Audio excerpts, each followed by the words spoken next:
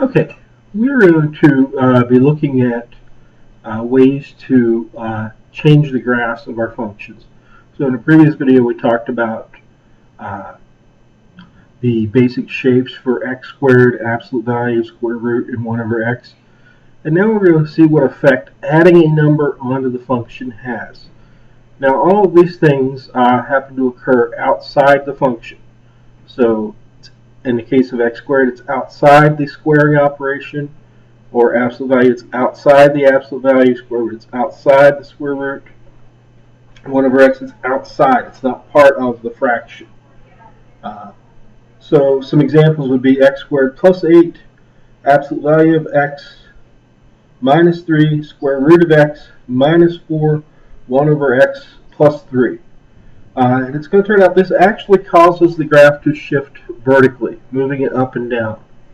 To see some examples, you should have been provided with the link to this interactive graphing tool with various directions.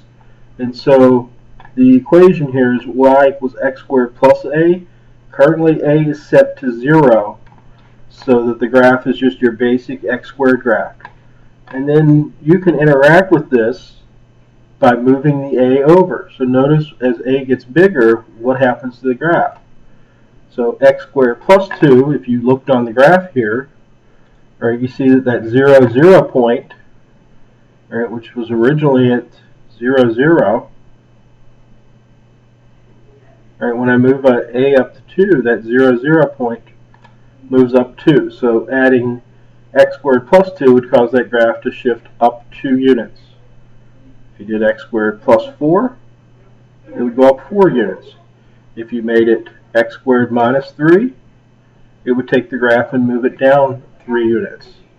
Now we can turn that graph off and go down here to interact with one of these other ones. Here's absolute value. Again, b is currently set to 0. Notice when we make it bigger, it causes the graph to move up that amount.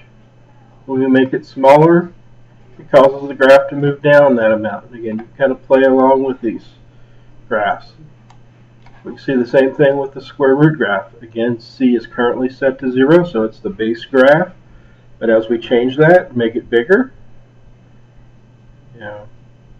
it causes that graph to shift up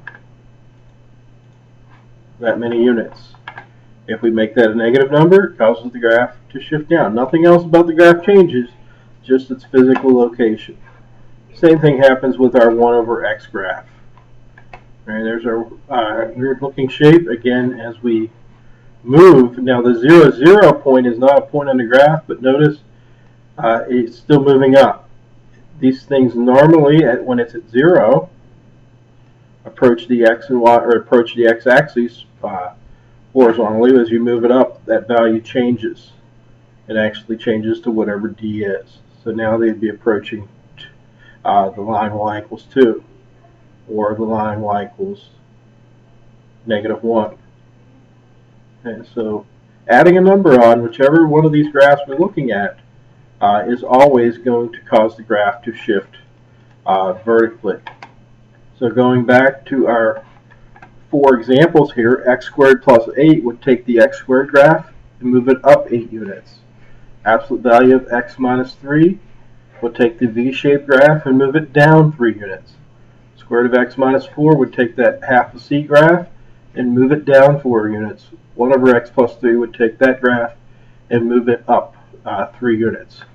So that's vertical shifting, and we'll see some examples and some problems in just a few moments in some upcoming videos.